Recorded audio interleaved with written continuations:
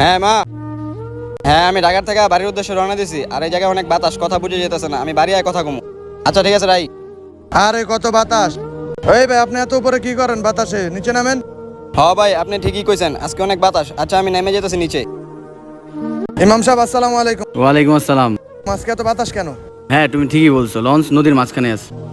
আর আজকের ওয়েদারটা ভালো না, তুমি আল্লাহরে ডাকো। কি ইমাম সাহেব, আপনি কি কইতাছেন? আমি এখন ওস্তাদে ডাইকা লইতাছি। ওস্তাদ, হ্যাঁ কি হইছে ক? ওস্তাদ দেখছেন সাগরের কি অবস্থা? বৃষ্টিও পড়তাছে, আমার অনেক ভয় লাগতাছে ওস্তাদ। আমি তো এটাই দেখতাছি। আচ্ছা চল নিচে ইমাম সাহেবের কাছে যাই। ইমাম সাহেব আসসালামু আলাইকুম। ওয়ালাইকুম আসসালাম। ইমাম সাহেব, লঞ্চ তো নদীর মাঝখানে আইসা পড়ছে, আর অনেক ঠাড়াও মারতাছে, যাত্রীরা অনেক ভয় পাইতাছে, এখন কি করা যায়? আচ্ছা তোমরা কেউ ভয় পাও না, আজানের সময় হয়ে গেছে, এক কাজ করি চলো আমরা নামাজটা পড়ি, পরে দেখা যাবে কি হইবো। আচ্ছা ঠিক আছে ইমাম সাহেব। এই ভাই আপনিও আসেন, আমরা একসাথে নামাজটা পড়ি। জি ভাই আমিও আসতেছি, দাঁড়ান।